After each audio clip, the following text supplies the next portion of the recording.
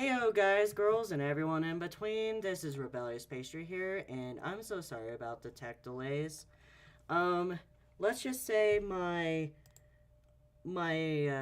internet was beefing with me, so that's what took me a hot minute.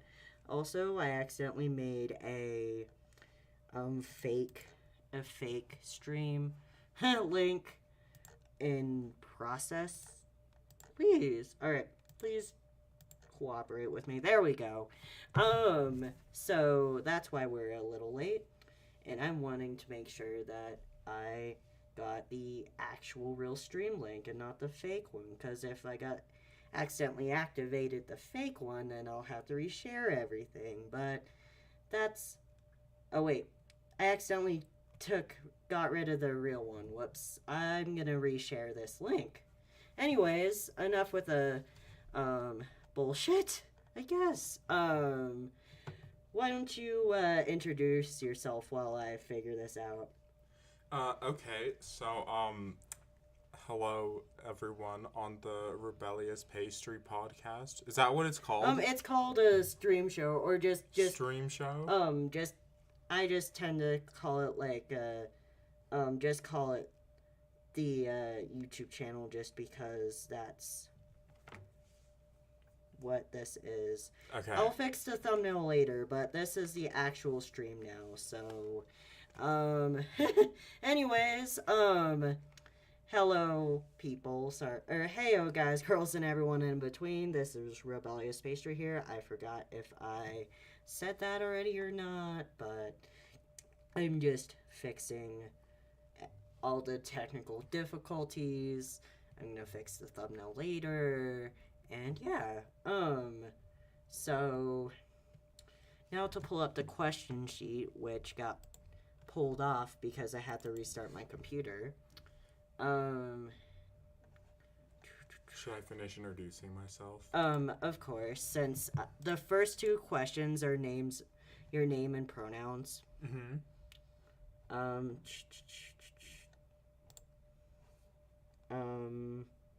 But yeah, anyways, continue introducing yourself.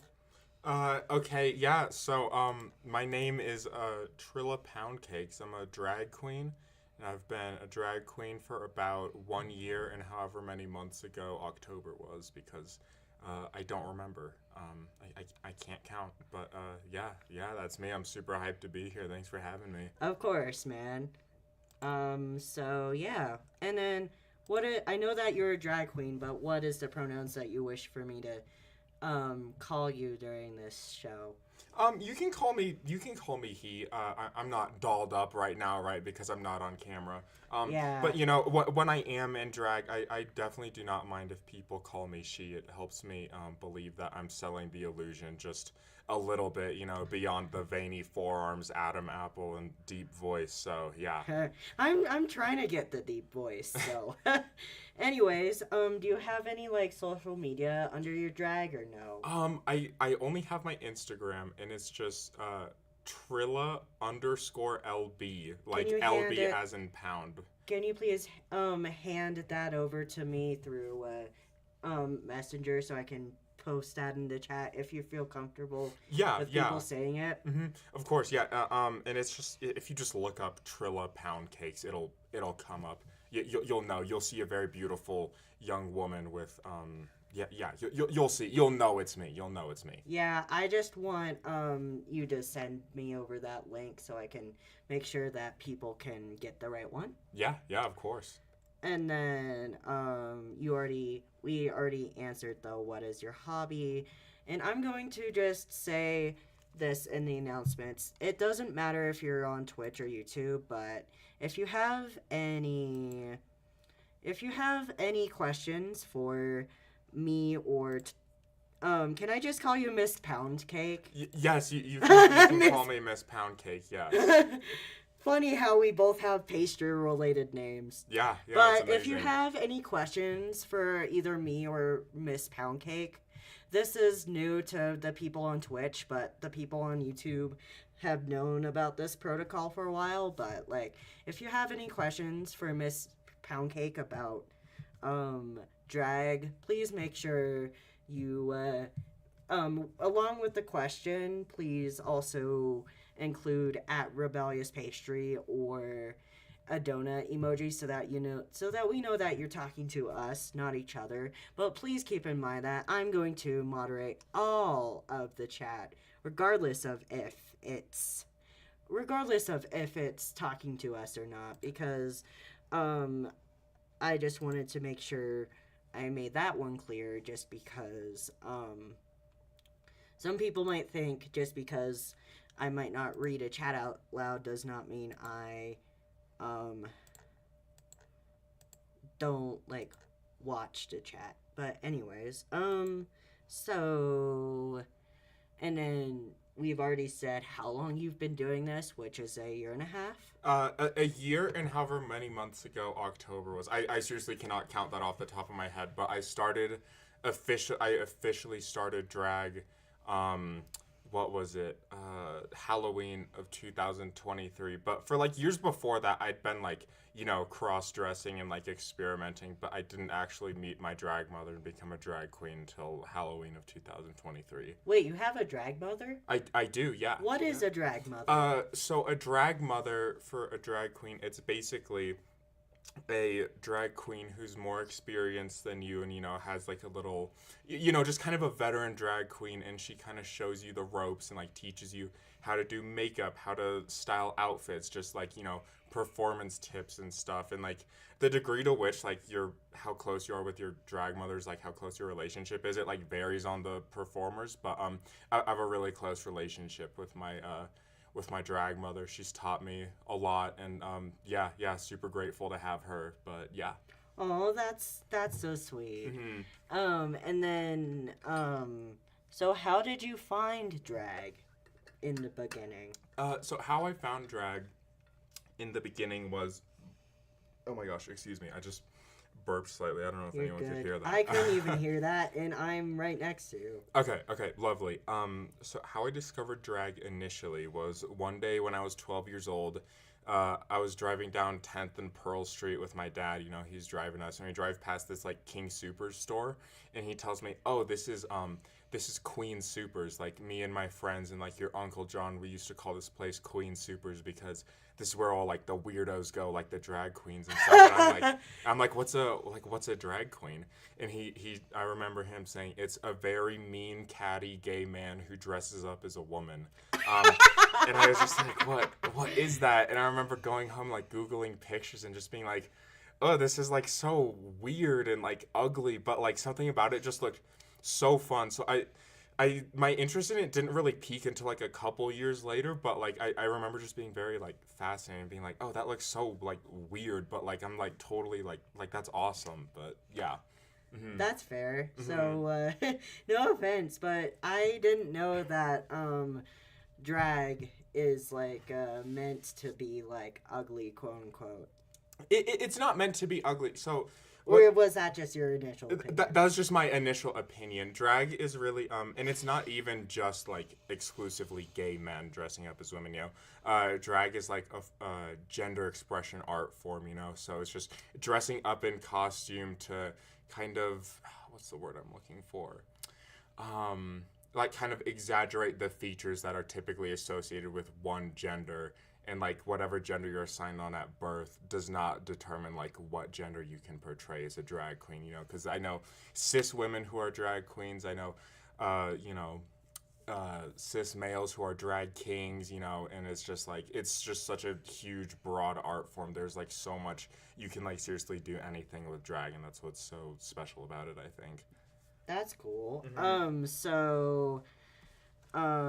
I think we accidentally bleeded into why are you interested / why do you do it, but I'm just asking you the whole why are you interested / why do you do it, just in case that's a separate answer from what you just said. Yeah, so personally for me, why I do it, what I found appealing about it was just as a kid, I'm trying to think of like, and also I wanted to tell everyone who isn't like from Colorado, King Soopers is our form of Kroger. So I just wanted to make sure everyone who's like, what the hell is a King Supers? That's basically Kroger. But I just wanted to make sure we set that straight. But so, anyways, back with the question, like, you know, growing up as a queer child, I was like pretty closeted after I like came out, and that didn't go very well with like my dad, and then I just had like a lot of like trauma with a lot of my other family members and stuff, and so just struggling with like my queer identity for a long time, that kind of like dwelling that definitely, you know, just kind of manifested like a lot of like mixed emotions for me. For a long time, I actually thought that I was just a transgender woman when I was like in my later years of high school. But eventually, I just kind of like, you know, I went to therapy and realized like that like I don't think this is me, because I would like cross dress a lot. I would wear like you know, just like women's clothing and stuff, because I like loved the attention and whatever. But I wasn't really doing drag, and then I remember my sister showing me like RuPaul's Drag Race. I thought that like, oh my god, like this looks so fun. I love all the like outfits. I love how like mean they all are to each other. I love like the makeup and stuff, and it just looked so fun. And then my interest just like really peaked there, I would say. Alrighty, so that I don't like completely go off into tangent questions, I'm gonna hold my question, my specific question until after the show. But how much does it cost? And I'm gonna ask you for like specific, like how much does it cost on average for every piece of equipment used for drag, including if there's any like entrance fees. Oh my gosh, it's a lot. Even if you're like me, and I like to make jokes that I'm like really cheap with all my stuff, because I am. When people ask me what my drag aesthetic is, I just say as long as it's cheap and it comes from Amazon, it works. That's interesting. Yeah, no. So it really depends on what you're using, because makeup is expensive, especially if you want stuff with a good full coverage. Like my first time I ever went out and I bought all the makeup I needed, so like eyeshadow palette, foundation, contour, what's the other thing, concealer, and just like so much other stuff. I remember the grand total was like almost like $300, and there's like still like so much stuff that I was missing. And then what you want to do with like a good wig is like a nice wig is gonna run you around like $150 to like $200. But you can just like find like synthetic human hair wigs on Amazon for like 20-30 bucks, and like if you're good with styling, you can make something out of that. Pair of heels, it kind of depends. Like you can find some cheap at the thrift store, but since I'm a very tall man, I'm 6'4", I wear a size 14 men's shoe. I cannot find heels that fit me anywhere, so I have to like special order them online, and they're usually from about like, the cheapest pair I've ever gotten are like $70. Yeah. So drag is not cheap. Depending on like how much you want to do with your drag, but it's never gonna be cheap. Drag is very expensive. Yeah, that's fair. And I kind of want to throw this in. I kind of have the opposite problem with shoes as a trans man, because I'm a 7.5 shoe size, and the most like more commonly than not, the largest or the smallest men's size is an 8. So like I'm too small by a half a shoe size. Oh, that sucks. In most men's shoes. And then since I'm a 7.5, 7s don't necessarily work either. So very awkward shoe size. But I definitely feel your pain on the awkward shoe size thing. Yeah, totally. I'm glad we can bond over that. Even though, like, it's not hobby-based. It's real-life based for myself. And then, how about for outfits?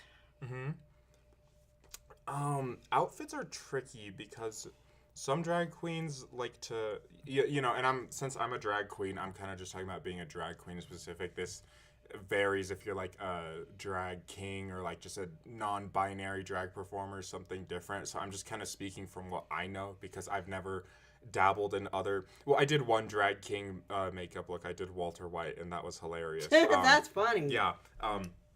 But typically I go for like a female presenting look.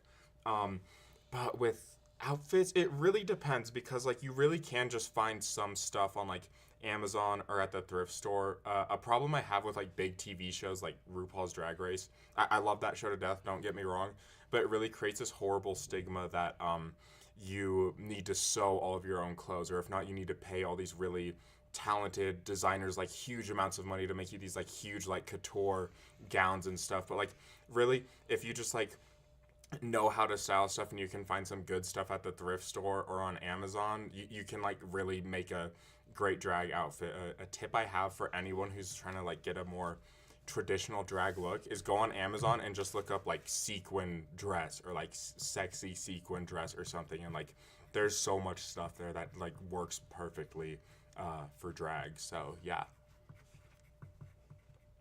And then is there like, do you have any entrance fees for like events or no? Like at a drag show? Yeah. Yeah, so some of them are like it depends.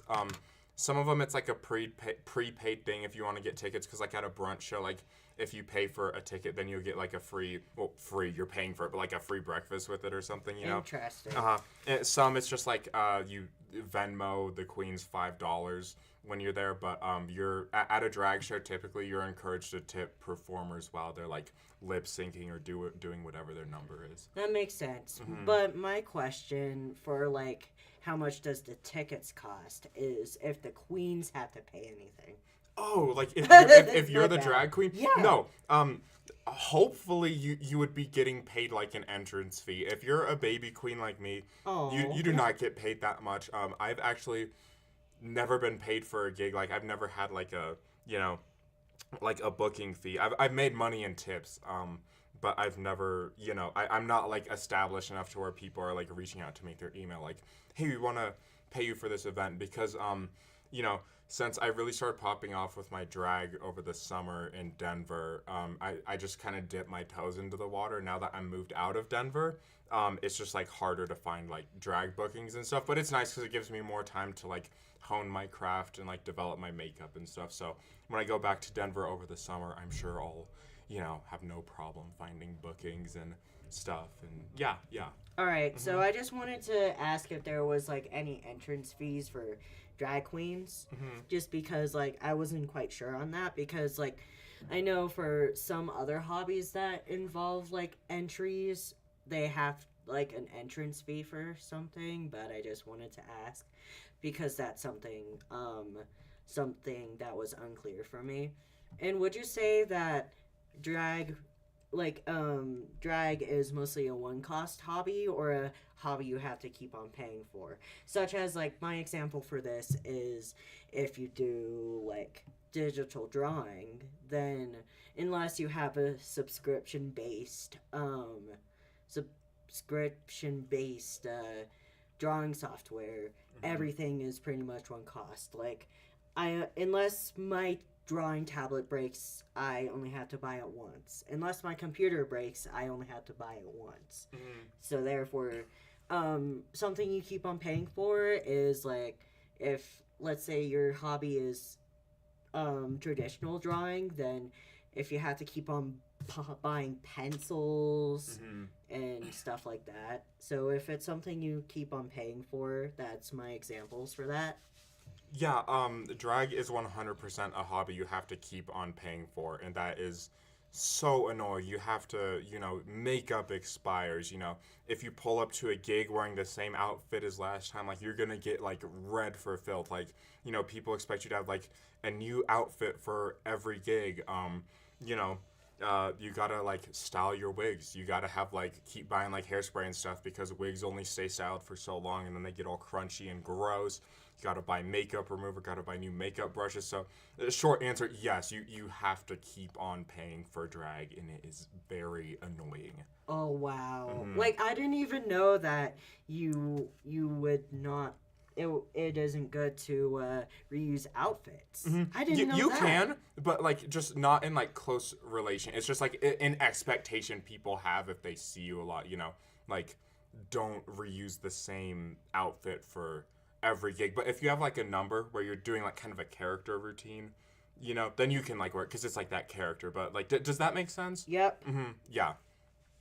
And then, so you kind of touched on this next question, when I asked about like the ticket costs, but do you make money off of it? Yes.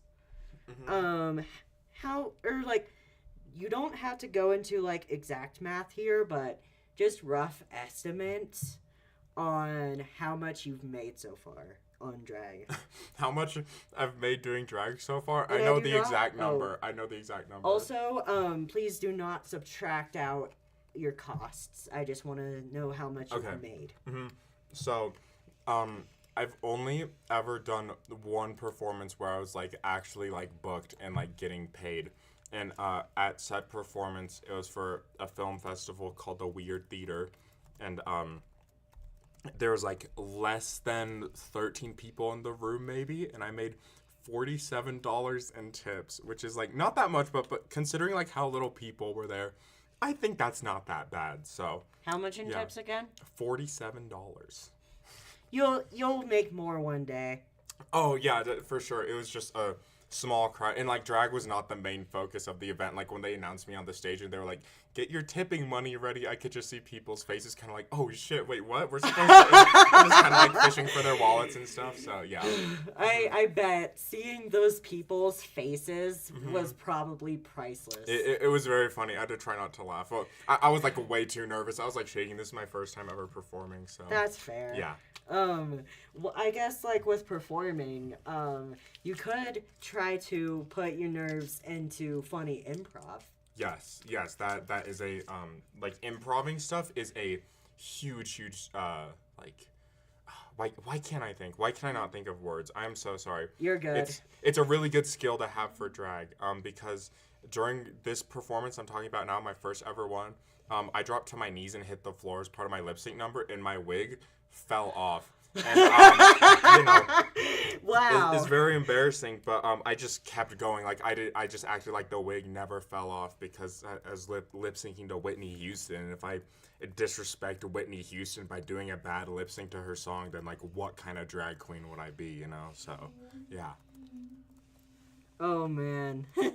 And then another question that is connected to this is do you have like what are your future plans to make money off of drag?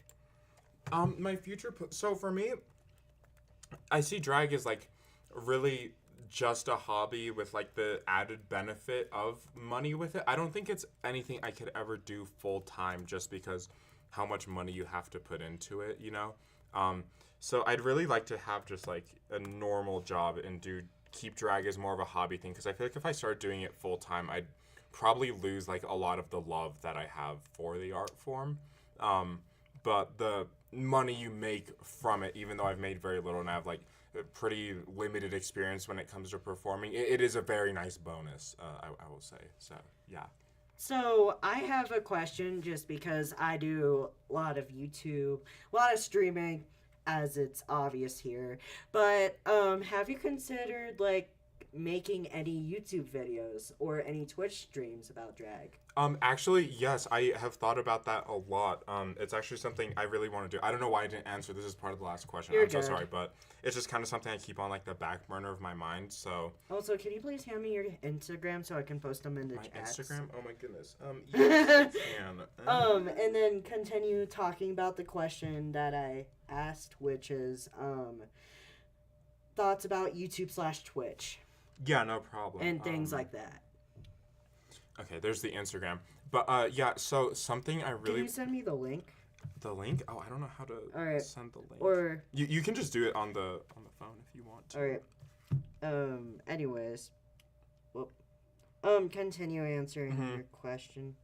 Okay, yeah, but so what I really want to do, because my second hobby, my second passion is like movie making and like film, like screenwriting and film stuff like that. I love it so much. So what I want to do? Oh my god, I have to burp. I'm so sorry. Hang on, You're give good. me 1 second. Give me 1 second. You're good. Oh, that was so disgusting. I'm so sorry. Excuse me. You're good. Okay. I don't even burp that loud. It's okay. Maybe it'll come with time with yeah. my testosterone. Hopefully. So finally answering the question. So sorry. You're good. So yeah, I love movies. Love doing stuff. What I really want to do is do movie reviews, but like in drag, and just kind of talk about, just make it like kind of a commentary meme / video, but like review the movie and be in drag. But what I want to do is just like make really like cursed, ugly drag looks like of the characters from the movies I'm reviewing, and just do the reviews that way, because I personally think that would be like hilarious. Here's your phone. Oh, thank you. But yeah, I need like more stuff and like more video editing training and just more makeup training to where I can do my makeup consistently without help from my drag mother or anything. But yeah. Also, I put his Insta in the chat. Just please know that, just for your sake, just so you know, since I shared the link with the batch, I just ask that you do not post any pictures of my real face on your Instagram. Oh yeah, no, of course. That's just a personal rule I have. No, it's okay. I'm too self-centered. My face is the first thing on every Instagram post on that account. So, yeah. Anyways, and then, do you have any other plans to make money, or no? No, not really. That's pretty much all that I shared. Yeah. And then, now this one's the question that I sometimes laugh at, if it's like an insane amount of hours for like the specific hobby, like that one gaming episode. But on average, how many hours a week do you typically spend on / with it? Yes, this includes getting ready. Yes, this includes anything that has to do with drag. Okay, so it's a little different for me now, because since I'm, out of town from where my drag family lives and like a lot of my drag friends, I don't really do it as much as I'd like to. And since I'm really focused on like school and just getting good grades and like keeping up with friends and stuff, I do not practice anywhere near as much as I'd like to. So right now I maybe practice like once a month, but I can answer that when I am doing drag and I'm putting a full look together, like, I'm getting into my full outfit, putting on my full face of makeup, getting my wig on. That is a process that takes me around 4 to 6 hours. The longest it's ever taken is 6 hours, and it was my first time doing drag, and I looked so ugly. And my latest time getting into drag, it only took me 2 hours, so some progress is being made. But yeah, that's about how much time I spend on it. And then, how easy is it to have other hobbies if you are seriously focused on drag? So for me, it's pretty easy, because drag is something I can just, since it's just a hobby for me and it's not my main source of income, it's pretty easy to like balance my other hobbies and the things I like to do, which is like, video games, drawings, I collect action figures because I'm a freaking nerd, and like movies and stuff, because, I don't have like a set schedule that I always have to be doing drag at this certain time. So for me, it's pretty easy, but if you were doing drag like full time, it would be pretty hard, because it just takes so long to get into drag, and you're spending so much time at these shows, and then getting out of drag is such a process, and it's just so much like stress and pressure to like look good and perform good, and just how other people perceive you. It'd be a lot to like keep up with other hobbies, varying on what they are, but it really just depends on like how frequently you're doing drag. And then I would just want to ask, how much time does it take on average to get in and out of drag? So for me, for you yeah. So for personally? me, yeah, 4 to 6 hours getting into drag. Well, I guess 2 to 6 now because that's my new record. Woohoo! And getting out, kind of depends. If you have like a good like makeup remover, I do now. It takes me about like 10 minutes maybe, but in the past it would take me around like 30 to 45 minutes just getting all the makeup off and like taking off my wig and stuff. But yeah. And then, I feel like this answered it in itself, but I just want to ask, um, would you consider drag a social hobby? 100%. You gotta know how to interact with other drag queens. You gotta know how to work the crowd if you're a host. You gotta know how to, like, get tips from people. And just, yes, it is so social. It is, you have to be good at, like, interacting with people. And then, you kind of touched on this already, but I want to officially ask the question, which is it easy to work with others with drag?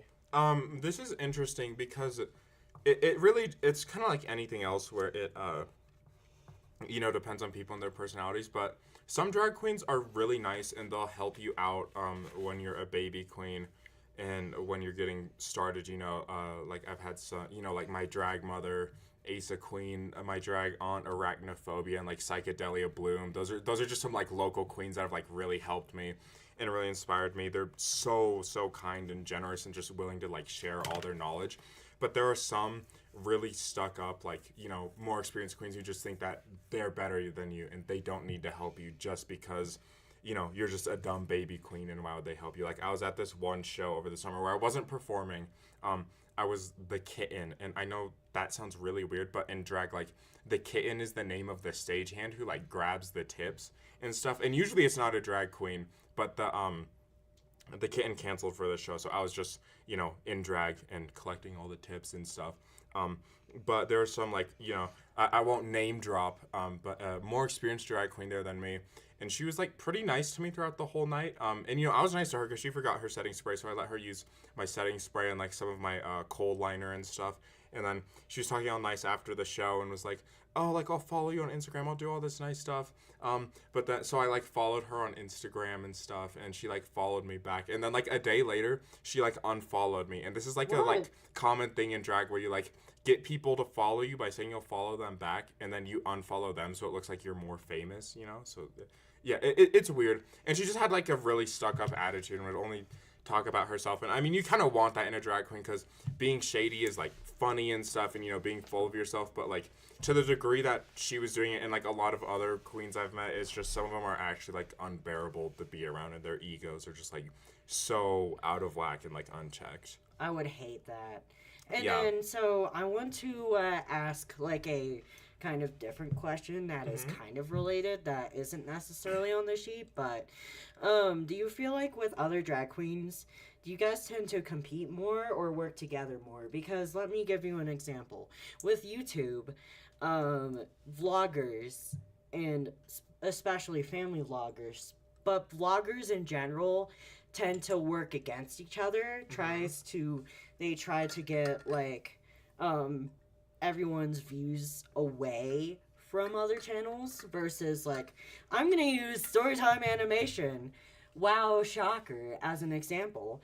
Since animation takes forever and a half to make, Yes. storytime animators oftenly will promote their channel friends' stuff just to make sure that their audience gets entertained. And from my experience, storytime animators tend to base share a lot. So do you guys like to work together to build fan bases together, or do you guys compete over fans in general most of the time? So I would say by nature, drag is like a little bit competitive just because, there's that desire to be like the prettiest or the best at like, lip syncing to this artist or this and that.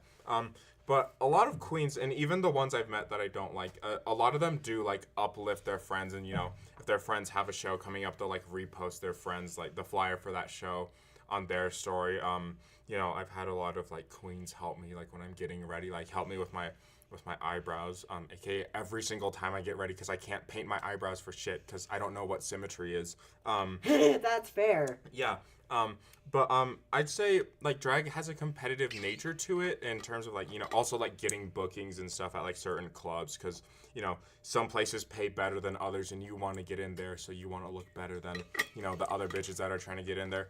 But more often than not, I'd say drag queens actually do help out each other quite a bit. So yeah. So it's like a bit of each. Mm-hmm.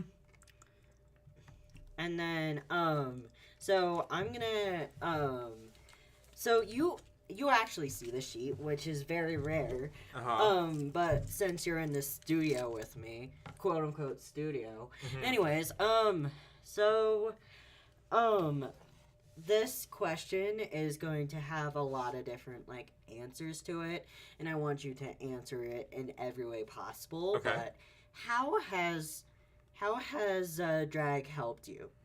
And then like if you're stuck, then like think mentally, physically, emotionally, whatnot. What's all the different ways that drag have helped you? So that's a good question. I think the biggest way it's helped me is just like coming to terms with my gender identity, which is something I struggled with for so long. Because I'd be like, oh, I feel like I'm a trans woman, but I don't want to do this all the time. I just like dressing up like this occasionally and stuff. And I'd love like wearing weird outfits and stuff in public and being the center of attention, but I'm like, I don't know, I don't think this is like me. So discovering drag really gave me an outlet to just be normal me, like normal man me, like on the regular. And then when I want to, I can just get into drag and be this huge like exaggerated like caricature of a woman and express this like more feminine like raunchy like explicit side of myself that I don't really bring out too. I don't know. I'm weird. I'm an open book. I'm like pretty obnoxious in real life. I'm only slightly more obnoxious when I'm in drag. But I'd say that's one way it helped me. And then at the time I started officially doing drag, I was like horribly depressed. I'd just gotten in like a pretty like scary car accident. I wasn't injured, but it was like really scary. I was going through some like horrible issues with like me and my like dad's relationship at the time, and I was just in a community college where I hated going to school. All of my friends went off to other colleges and it looked like they were having like so much fun. So discovering drag and like meeting my drag family and like all these amazing people who just wanted to support me and like help me really express this side of myself that I had to keep like hidden for so long when I was a kid. It's just like this like really beautiful thing, and it just was like really like empowering and just gave me a lot of like joy in a time where I was really not doing well. That's fair. Mm-hmm. And I have had similar experiences with animation as well, but this show isn't about me, so would you say that drag has physically helped you at all? No. I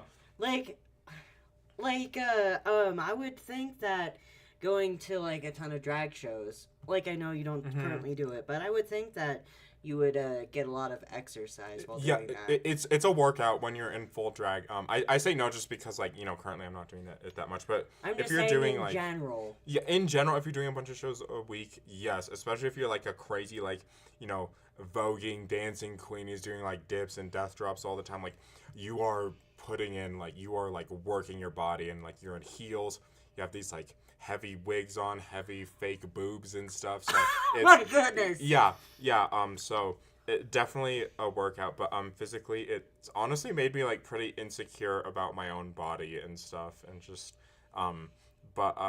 yeah. And then read the chat. I don't want it to be read out loud though. Okay. And then is that it for things that have helped you? Yes. All right. He got the message. Anyways, and now since Wait, can I say thank you to who said Of course. Oh my goodness.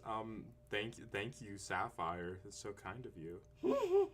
wait. What's the bottom one say? Can you tell Pound Cake I said?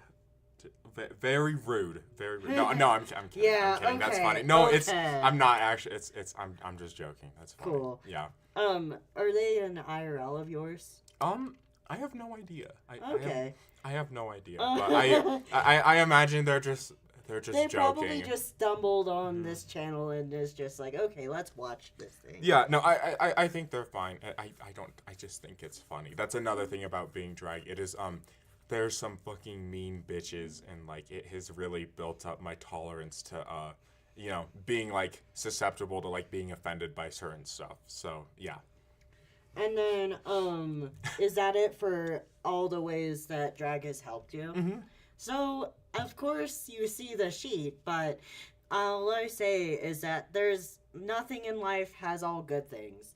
There's everything in life has at least one downside, and it doesn't matter what. Even animation has downsides.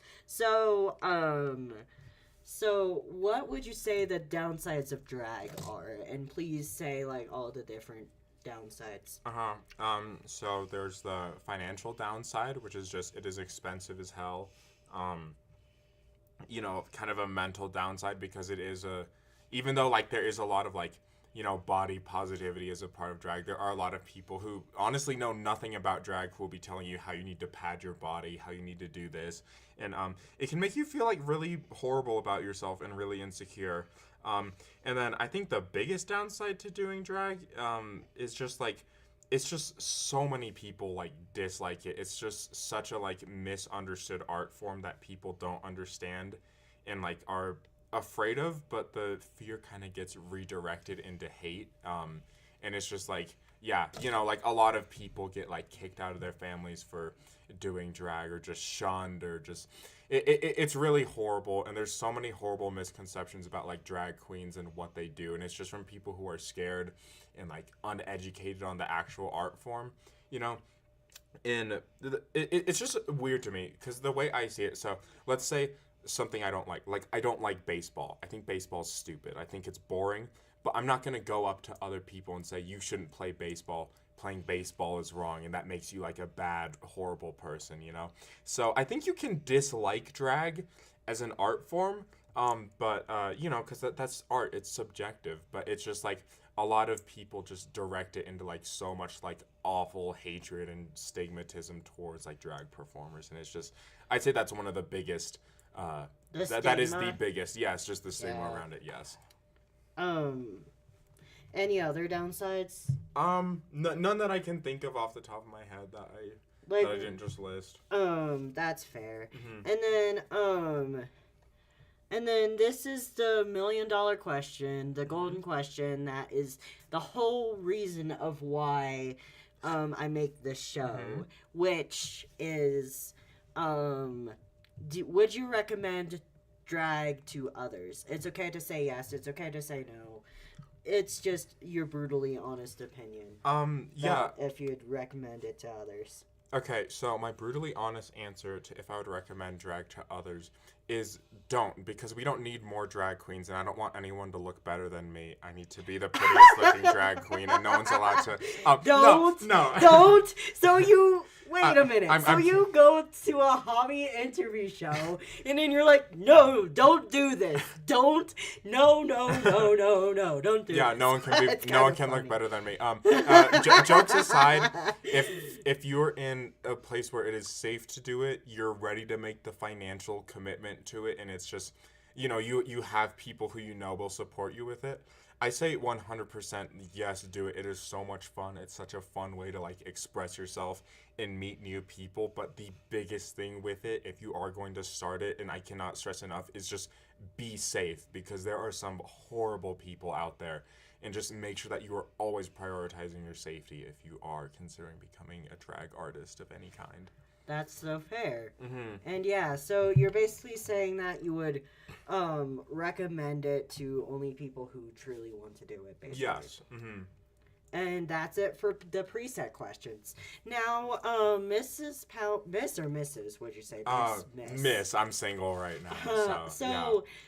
Miss Poundcake probably couldn't help but look over my shoulder and that I literally took a piece of paper out and a pencil and wrote down questions that I thought of asking.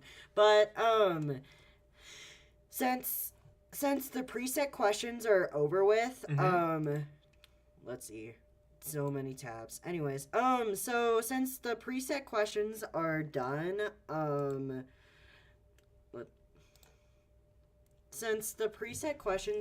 please feel free to ask Miss Poundcake, any of your own questions, but please either, put at Rebellious Pastry. Rebellious Pastry is spelled weird on Twitch. Which it's Rebellious Pastry, but the Y is in YT. I know, confusing. I might change it once Twitch lets me again, but, either say at Rebellious Pastry or put some type of donut emoji next to the question so that we know that you are talking to us, not each other. But please keep in mind that I will still moderate both chats during this. And also, I'm liking how I'm seeing new faces that I haven't ever seen before, so feel free to subscribe if you like this sort of stuff.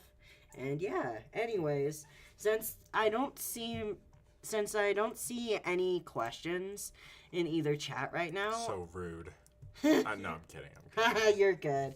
I'm gonna start off with the questions that I have on this paper, which those questions might even sprout questions. Okay. And my questions sometimes can be like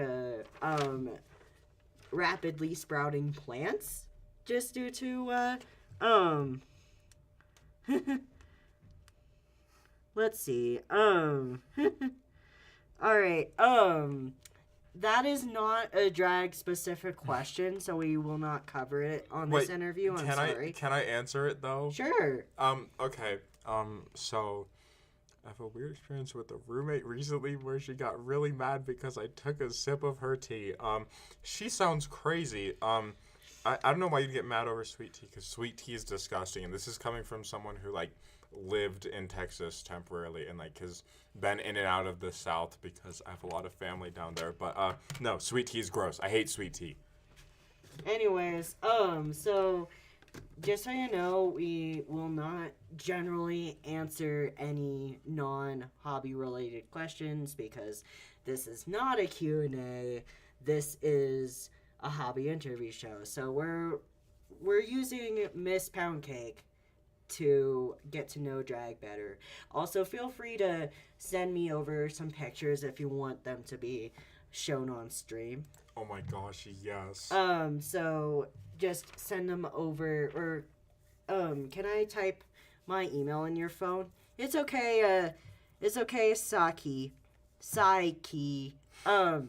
You're new to this channel, so you didn't know, because yeah, you're just new over here, which please subscribe. And also, I'm probably going to try to get a Q&A, fit a Q&A sooner or later. I just keep on booking my IU game slots, but the Q&A would be asking me questions about me, about the channel, and stuff like that. So, anyways, back to what we were focused on.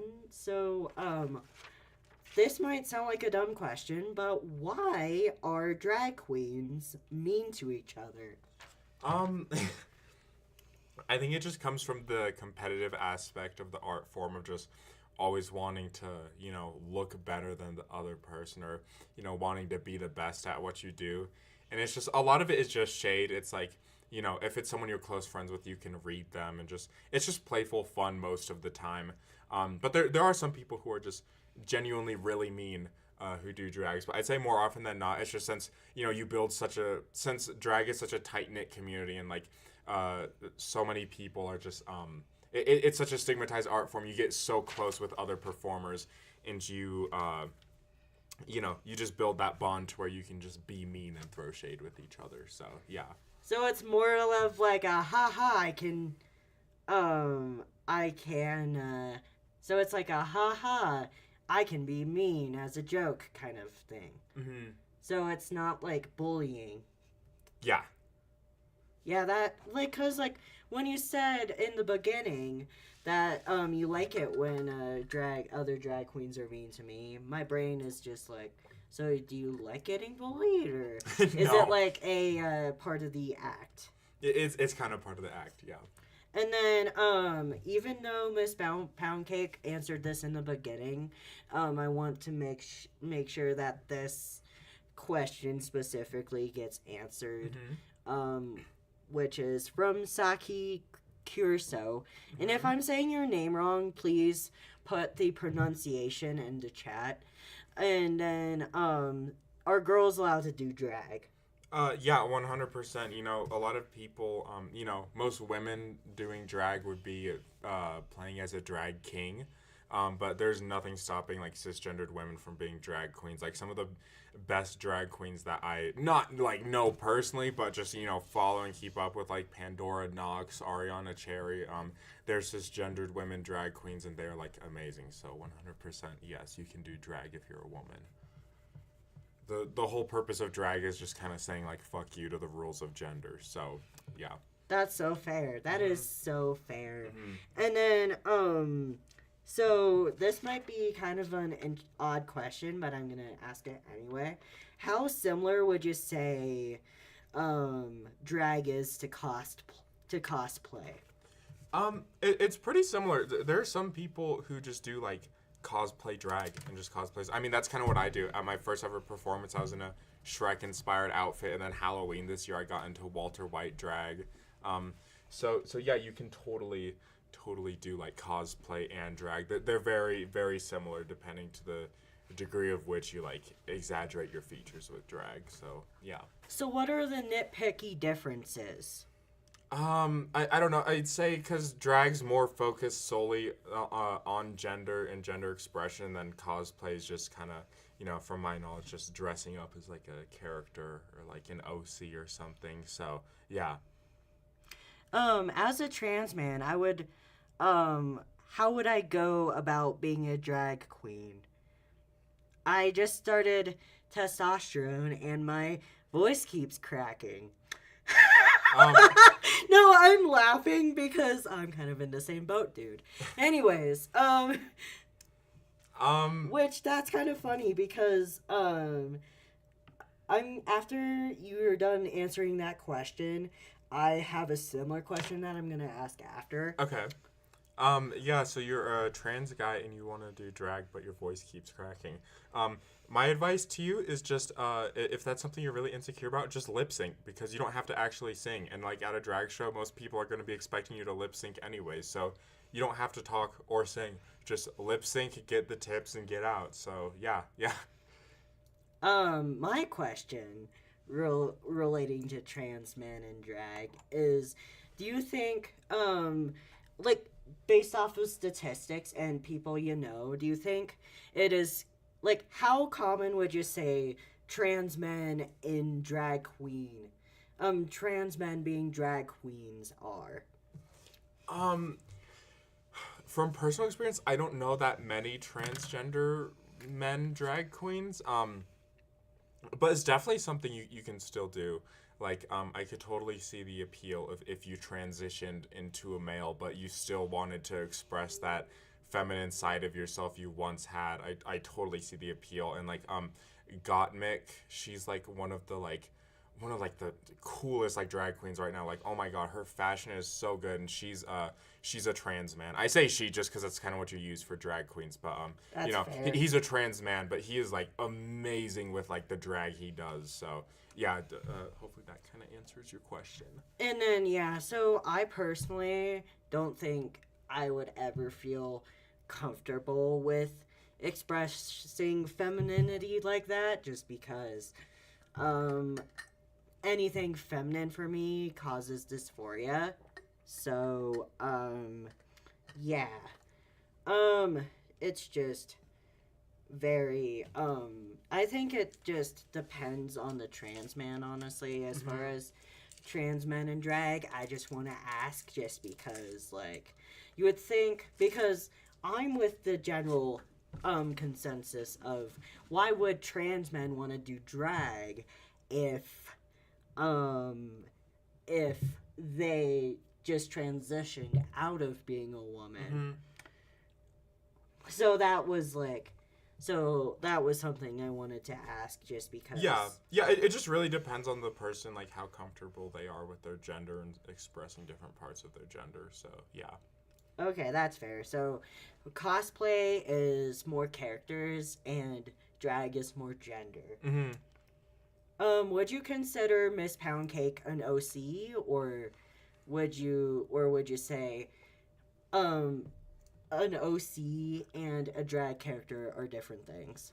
So like there are some like queens who like really do put on like a different character when they're in drag compared to like, you know, their real life self. But for me personally, Trilla Poundcakes is literally just me in a wig with makeup on, and I'm slightly ruder and more obnoxious than I usually am, depending on who I'm around. But yeah, it's not much of a character. It's just me, but prettier than usual. Okay, that's fair. So, like, the reason why I asked that is Pastry is considered a self-insert, character. Like, I consider them, separate, but, yeah. Anyways, I just wanted to ask if it was more of an extension or if it was more of an individual character. Yeah, more just an extension, yeah. That's fair. And then, so, let's see. Also, why did you move away from your drag family? Because college, in the town I'm in right now is just it's like 3 hours away from Denver, so, I just don't get to see him as much as I'd like to. I get to see him when I go back for like the holiday breaks and stuff, but I just really wanted to go to college and like meet new people and just, you know, it's an experience that I really wanted to have, and I knew that drag is something I could still do if I went to college. So yeah, I left my family to go pursue education and become a wise drag scholar. So yeah. That's fair. That's 100% fair. And why do you consider, what is a drag family? Can you please go into more detail about that? Yeah, so it's basically just like the kind of like how do I put this? Like the web connecting like drag performers that have helped it. So you know how I explained what a drag mother is earlier, like an older queen who, you know, teaches you all of her tricks and stuff. Well, maybe some other little twink will come along and also wants to get lessons from this drag queen. Well, that drag queen will teach them too, and now you have a drag sister or drag brother, whatever the hell. You know, whatever you're doing, and then you know your drag mother who's teaching you, she might have a drag sister from her drag mother, and then that would be your drag grandmother. So it's just kind of like a normal family tree, but just, you know, based on like who helped who first, who's being helped at the same time, who's learning what, and yeah. That's so fair. I just found that kind of interesting, just because I didn't know there was such like a family web that is associated with drag. Yeah. So it seems like you guys tend to form little communities. Yes. And then can you please explain more of why beginner drag queens are called baby queens instead of princesses or any other term? I wish it was drag princess. I wish so too. I wish so too. Yeah, if you've ever seen the movie Tu Wong Fu with like Patrick Swayze, like there's a baby queen in that movie, and they say that she's like a drag princess, and I'm like, dang, why don't we actually do that in drag? But it's just kind of like a cute term, like a little belittling, but just like I don't really know the origin of it, but it's just kind of like, you know, because you're young and you're new to the art form, and yeah, I really think it's just because people are new to the art form. So that's fair. And you might want to slap me for making this joke, but Imagine if they were called noob queens. Noob queen. That would be crazy. I don't know how you feel about that. I haven't heard noob used since like 2014, like Halo 3, Halo You're Reach, like, screw you. gaming days. Yeah. Just so you know, I'm screenshotting this stuff you sent me. If Okay. it's chill to put up on the streams. Is it chill? Yeah, totally. Cool. And then that's why you got and then from oh wow, I have a question. Did you like share this with like a drag group or something? Cuz like now brand new people I've never seen before is actually asking questions about drag. No, I didn't. I see the question though. Do you want me to answer that right now? I was going to answer it I was going to ask it for not muffin chip after you answered if you shared this with like a drag group. Oh, no, I did not. But yeah, it's just kind of random how like people are just coming up with really good questions this episode. And then from Not Muffin Ship asks, how do I find a good drag family? I'm just starting out and I don't have anyone to help me out. Yeah, so this is like this is weird. Okay, so for me, how I met my drag mother is I was like working as a production assistant on a bunch of different movies, right? And like local short films, and I talked to the makeup artists and stuff, and they knew like other drag queens and whatnot, and I wanted to start doing drag, so I was just like, hey, can you like introduce me to them? And then they like got me in contact with my drag mother. But if you did want to find like a good drag family, I'd say, you know, look for local queens in your area. Maybe not like the most like famous queen in whatever city you're in. But just like maybe DM them on Instagram or something. Just like say, hey, like I'm really interested in starting drag. I was wondering if you'd be willing to like be my drag mother and mentor me or something. Or even if you're at a drag show and you like ask after the show at a time it's appropriate. That maybe is a little risky. But I'd say it's just like, you know, finding someone within your area who's like it's reasonable for you to ask, and as long as you ask in a respectful way. Yeah. So it's just like kind of just communication skills. That's fair. Yeah. And then I have a question. Is a DIH considered a slur in drag culture? No, that is not a drag slur. What is it then? I don't know what it is. I don't know. I thought it was a drag term just because people just started saying it. All right, can we please like stop saying that in my chat? I'm gonna start like deleting those. I'm not quite sure what it means, but wow, your sister's even watching this. I'm not saying sister? ban. I don't have any drag sisters. It's okay. We can let them exist like vicariously as my sister. Yeah. So you don't have any IRL sisters? No, I have an older sister in real life, like biological sister. And then I have a younger sibling, but I don't have any drag sisters. I have drag cousins, but that's it. It's interesting how much family tree stuff there is. But I didn't say like ban fully yet. I like to give people a lot of chances to like it takes like an actual slur, or like if you continue on doing stuff that I asked you not to. Like bans, I'm not like quick to ban people, just so you know. But yeah, anyways, so yeah, so I have a question. Do you think there's any like drag families who operate mostly online versus in person, or is that not really a thing in drag culture? I really in person, because you have to be like, you know, like together, like learning makeup and like practicing stuff together, and you're performing in front of real people.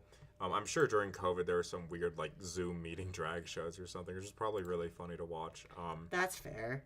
But I'd say it's more of an in-person thing, definitely, yeah, just because you need that connection. That's fair. And then, do you have any other pictures other than the ones you've shown me that you want on the stream? No, these are good. You can just show these on the screen. All right. And then I'm currently pulling up the pictures. But Beautiful. I have a question that I'm going to ask while pulling these things up, which is what kind of makeup do you use when you do drag? I don't have like any specific brands that I'm super fond of. I always do red lips, because that's just, I don't know, I love doing like a red ombre lip. Um, Foundation, concealer, and contour are very important. I'm like severely under contoured in that photo. I look amazing, but like my face isn't as sculpted as I'd want it to be. Um, yeah, and like my makeup style, I do like really big exaggerated makeup. So in drag there's a term that's called like fish, like your makeup is fish or you look fishy, which means that you look very like feminine, like almost like a natural woman, or just very feminine. And initially that's the kind of like makeup I wanted to do, but I was so bad at it. Like, I'd be doing my eyeliner, I'd be like, oh, I fucked it up. My drag mom should just be like, paint it on bigger, like. And I'm like, okay. So that's kind of how we end up with this, like, what you see in these pictures with these like, big winged eyeliners, and like the eyebrows, and like the big lips and stuff. So yeah. Like, what brands do you use? What are brands I use? I don't really ever look at the brands. I just go to Sephora and I ask them like, what's the best thing you got? Or I ask my drag mother, and yeah. So which ones have you used in? I or don't. do you not I know never brands? pay. I seriously never pay attention. I need to start doing that, but I really don't look specifically at brands. And then how does like hosting work for drag queens? So if you're emceeing a show, which is what, oh my gosh, excuse me, what I'd really love to do for drag, because I think I'm just pretty good at public speaking. And it's just fun. So you basically just like, introduce what the show's about tonight, and you just have like fun little things. So you like introduce each act, you talk to the audience, you work the crowd, just make jokes in between the performances, and then you'll probably host like every drag show I've ever been to. We have like intermission games in between the acts, and you have the audience participate, and it's really fun. There's like a twerking contest that is like the most common one at drag shows, and that one's so fun. I love the twerking contest. Oh dear. Sometimes they'll have like people from the audience come up and lip sync, and there's so many different like mini games you can do and stuff. So hosting's really fun. You kind of get to spearhead the show, but also like lift up your other performers and like hype them up before they come on and stuff, but like really interact with the crowd. So yeah. That's so fun. So what tends to generally happen during drag shows? Like, is it more plays? Is it more pastry? All right, I'm going to just answer this in the chat since it has nothing to do with the show, but I still want to answer it. And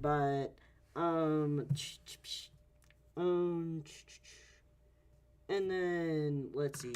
What kinds of stuff okay. Not Muffin Ship asks, have you ever participated in a twerking contest?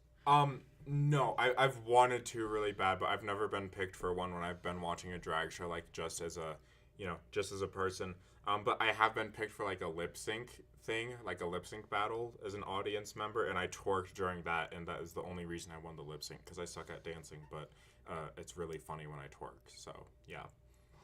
And then what tends to, like, if let's say I am a person who is like, I want to buy tickets to a drag show, and this is my very first time doing so, what should I expect?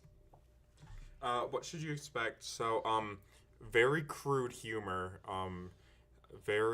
most shows, if it's a 18 and up show, there's a difference between like 18 up show. Brunch shows are gonna be more tame, but 18 plus shows, like nighttime shows, there's gonna be a lot of swearing, a lot of like dirty jokes. I have to burp again. Give me 1 second. I'm so sorry.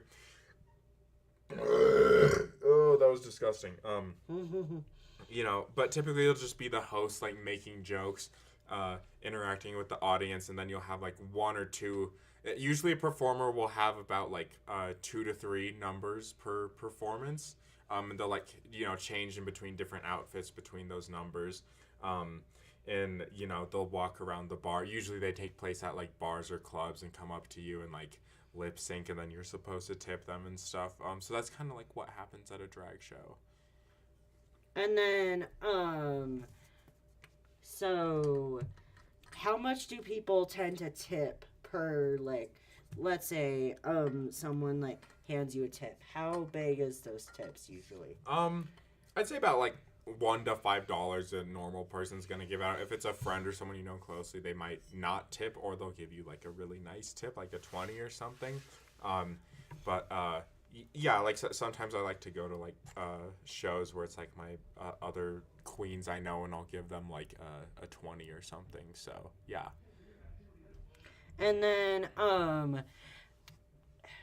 how does one get good / improve their lip syncing? Would you say? Ooh, that's a really tough one.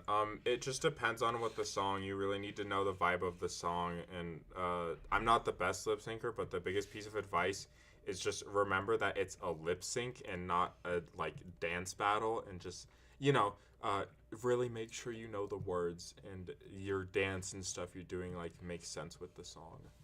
So, how much do you practice before you perform things, would you say? Or how much is recommended? Well, when I performed earlier in the summer, the entire week before, I'd like rehearse my little lip sync number that I'd come up with. But how much you want to like practice or rehearse your number, just depends on like how intense the number is, and like how much time you want to invest into it. And I'm gonna ask you a question that's going to separate out from drag for a little bit. Pastry, am I annoying you? No, you're not annoying me. Also, I'm not quite sure what you mean by is she gonna jump from there? It's a Drag Race reference. Oh! It's from the TV show, yeah. Oh! Yeah, she jumps off like a large square during her lip sync. Okay, yeah. I'm obviously not a drag performer. I'm pretty much mostly a cartoon character from the internet. But yeah, loser, you're not annoying me. You did a little bit during the beginning, but I let it slide just because people are not quite sure how to act on the channel when they first hop on. Like, Miss Poundcake even was a little inappropriate during Salty Singles. I forgive her. Mm-hmm. So do you have multiple drag characters or just Miss Poundcake? Just Trilla Poundcake. She's the one and only. That's fair. Do you think you'll ever have any other drag characters or just her? Probably just her, yeah. I'm pretty locked into Trilla Poundcakes. Is it more common for people to have one drag, or is it called a drag soda, or is it like it'd really just be like drag character, okay, yeah, or like persona. I don't know if there's an official term. Would you say that okay, sorry, I just didn't know what meant. That's why my brain's like, okay, so you're fine with that. I just wanted clarification, because if it was like some new slur that I've never heard of, then I definitely would want to take it off. So I was just asking for moderation purposes, so you're good. But anyways, oh yeah, is it more common for drag performers to stick to one character or have multiple that they play? Really just one, honestly. Like, they'll like change their name or something over time sometimes, but or completely change their aesthetic, but I've like really just one. Really, I say most performers just stick to one persona and just kind of like change it over time. That's fair. Bit, yeah. But yeah, so this might be a very niche related question, but would you say that Oh, I just burped too. But would you just say that um would would it be like common for a drag queen to like draw a cartoon version of her character to like use for advertising, or is that not what they do? I'd say that's pretty uncommon because for an advertisement, if you're advertising your drag, you'd want people to see the real deal so they know what they're getting uh, in person. But I know people draw fan art for a lot of drag queens and they'll like reshare it on their Instagram and stuff, just to kind of like show that they care about their fans and stuff. But typically, you just use pictures of yourself for advertisement. So just pictures. So have you ever gotten hello, Florina? Hello. Feel free to ask us. Feel free to ask me. Ask Miss Poundcake. Any questions about drag? Yep. Yeah, I know, right? I'm actually really surprised that this episode is popping off. Congrats, guys. But anyways, think you'll ever pursue dancing outside of drag, or is drag gonna be the only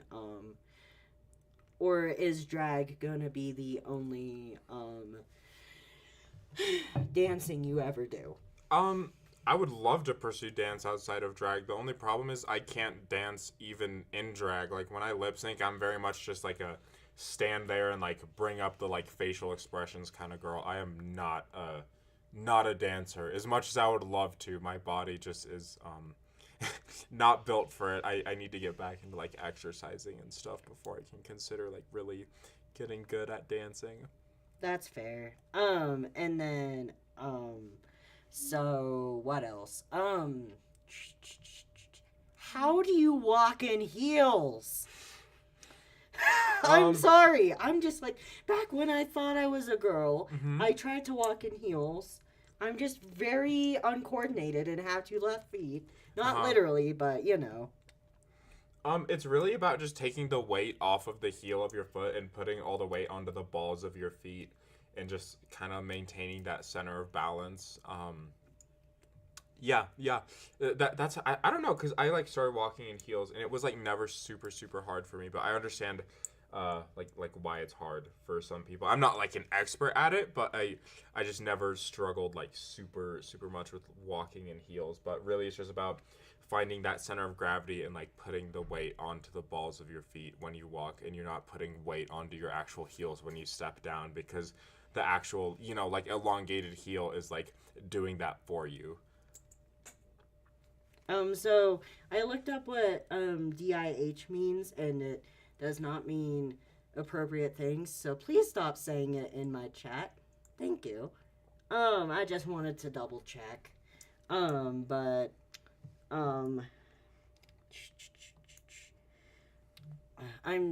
let's see.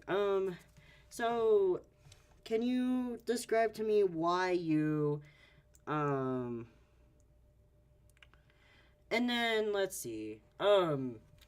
So can you please describe why you chose the dress you did in this picture?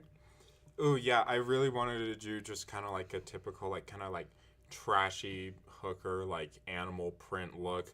And initially it's just this really cheap dress I got from Amazon, but since me and my drag mother are like, the geniuses we are, we like ripped up some fishnets and threw them over my arms, and I had these huge hoop earrings. And she did that like awesome hairstyle with my wig. I wish I knew how to like style wigs like how she does. And I just had like some necklaces and other stuff I just threw on to spice it up. And I have just like some pretty basic like platform like pump heels. I think they're like 6-inch heels in that picture, but you can't see them in the picture. But yeah, I don't know. I just really was obsessed with animal print at the time, and I wanted to wear animal print. So yeah. And then, what is your favorite drag outfit you've ever worn? Honestly, this one. It's the most recent one. Either this or my Walter White costume. Do you have pictures of your Walter White costume? I do. Can you send them over? Yes, of course. Please let me. So, how was it like to dress up as Walter White?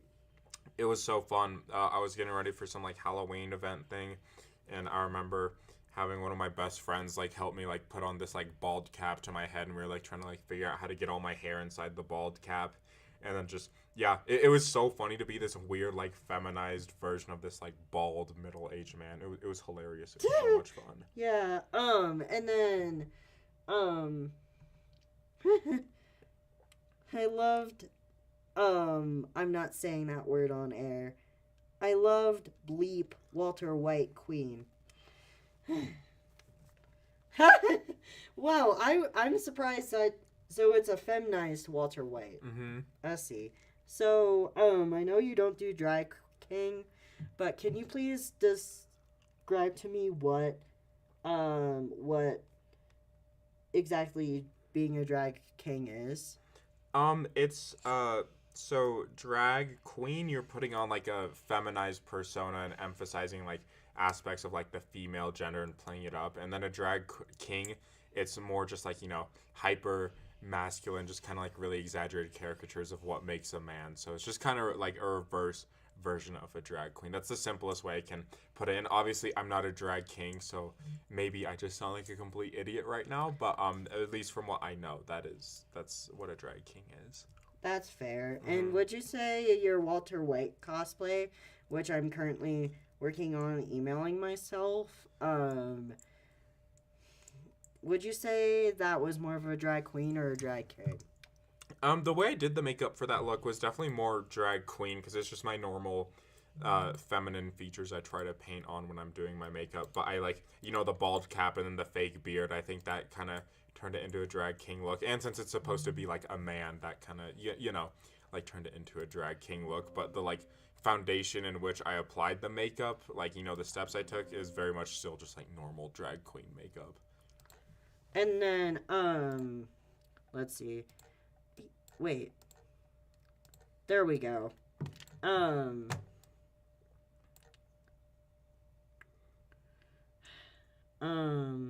gonna deal with the chat, but describe like, what was your experience with this, I'm gonna start timing people out if you guys don't behave.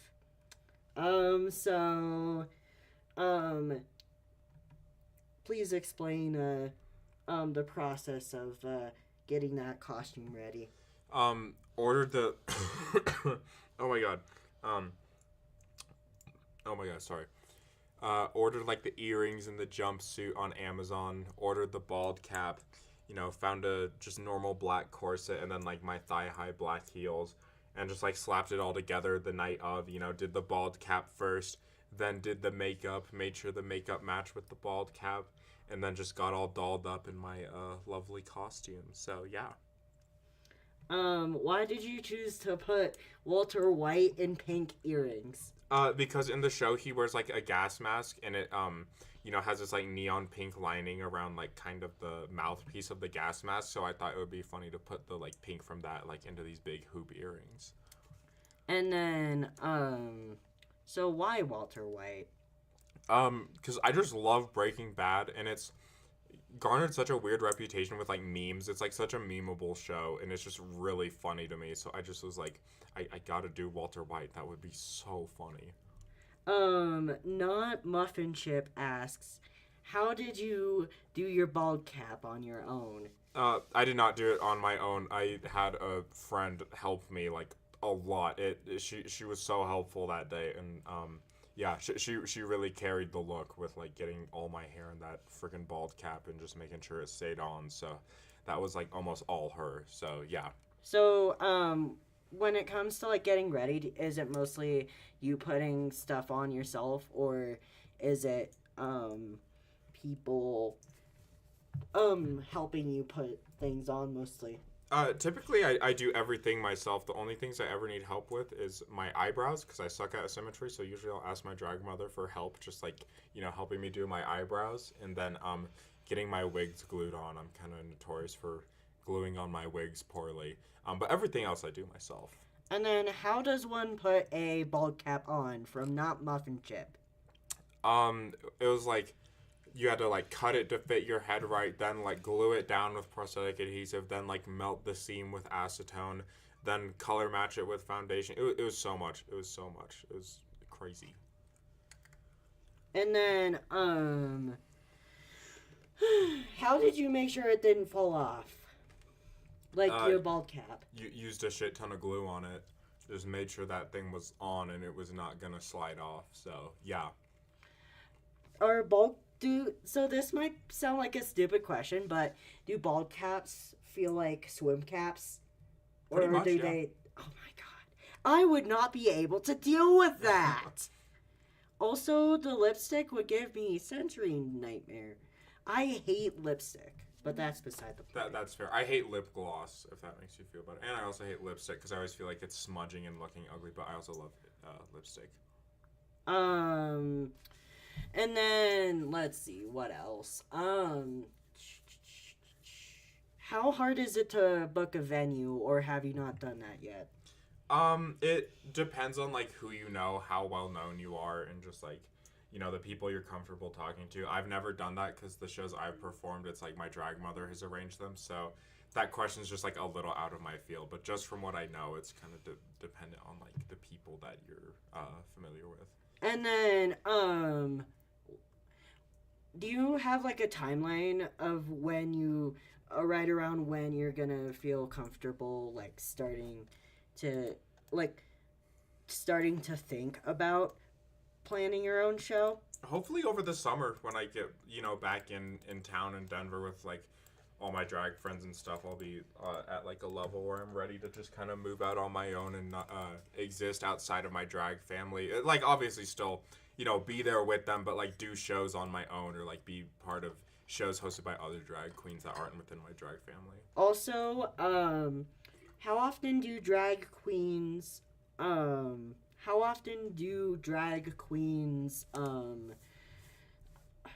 I forgot my question. Let's ask what Com Quinn asked, which is, we already know the answer to this, but I would just want to make the answer to this question clear. Do you have to be gay to do drag? No, you can be straight and do drag. Maddie Morphosis is a straight drag queen, and he's like one of the funniest like drag queens currently. Your sexuality does not matter. Yeah, like what Miss Poundcake mentioned in the beginning. My brain's just like two characters who has a bread-related name that starts with P on one show. Anyways, so no matter what gender or gender identity, and no matter your sexuality, you're chill to do drag. Yes. Just don't be hateful. Yes. How often do you wear jewelry with,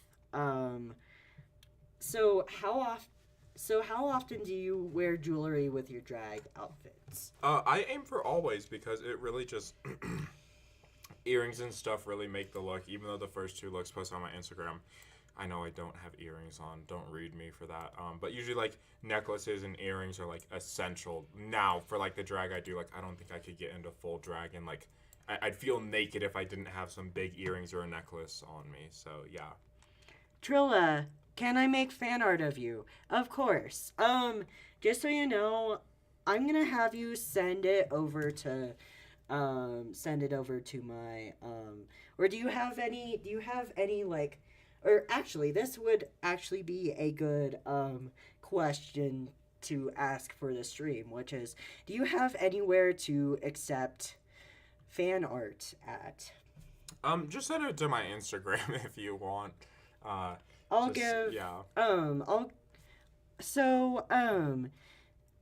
I normally say this for my fan art, but I can send this to Miss Poundcake. But my fan art email is rebelliousfanmail@gmail.com. So if you wanna email fan art somewhere, even if it's for Miss Poundcake, I can send it to rebelliousfanmail@gmail.com, and I can send it to them. Which that brings to another question. Or actually, how much longer is this stream going on? So it's currently, so about a half an hour. Like one more, so 61 minutes approximately. Because we started here late due to technical difficulties. So we're planning to stay on here until 6:05 MST. Um, but anyways, so I'm gonna make this clear. So Quinn, my shows start at 4 p.m. Mountain Standard and end at 6 p.m. Mountain Standard typically, but if there's any like delay in starting the show, then I tend to try to delay the end of the show as well. So yeah. Anyways, so I'm gonna ask my question and then go back to not muffin chip. So, my question for you that involves fan art is: have you ever gotten fan art? No, only the beautiful drawing you made of me for this stream. That is the. Oh, and I think one time, my sister drew like a stick figure with like huge boobs and said it was Trilla Pound Cakes. But that's the only fan art I've ever received. That's fair. I can send you this. Oh, thank you, Quinn. Thank you for enjoying this show. Just so you know, Miss Pound Cake isn't on every week. I'm the only one who's on here every week, but every other week we have this show, and then on the weeks we don't have this show, we have another show by the name of Pastry's Audio Games, and also Storytime Animations as well. And then, so yeah, other than my stuff, you haven't gotten any fan art? No. How big is your fan base, would you say? Mostly just a lot of my close friends. It's probably like maybe including my close friends, just like drag queens I know of in Denver, I'd say maybe like 100 people, and I feel like even then that's kind of stretching it, but not that huge. I am not very well established. That's fair. Mm-hmm. And then you posted, you should have Trilla on more. So you want to know something that would be kind of funny to do in the future, which is totally in those show plans? I just have guests. Okay. I have made an executive decision to, after this show, I'm gonna send, Trilla back, home.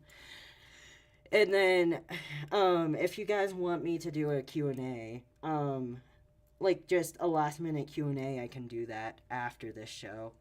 But it would be like a separate, stream where you can talk about my stuff, but the show isn't about me. So, is it chill if I screenshot your Shrek cosplay? Yes, of course. So that we can talk about it as well? Yeah. I've just been screenshotting a lot of things, but it's been the most effective way to get things on the stream, so, yeah. Just so you know, me and Trilla know each other in real life. We do. Too. So, yeah. Anyways,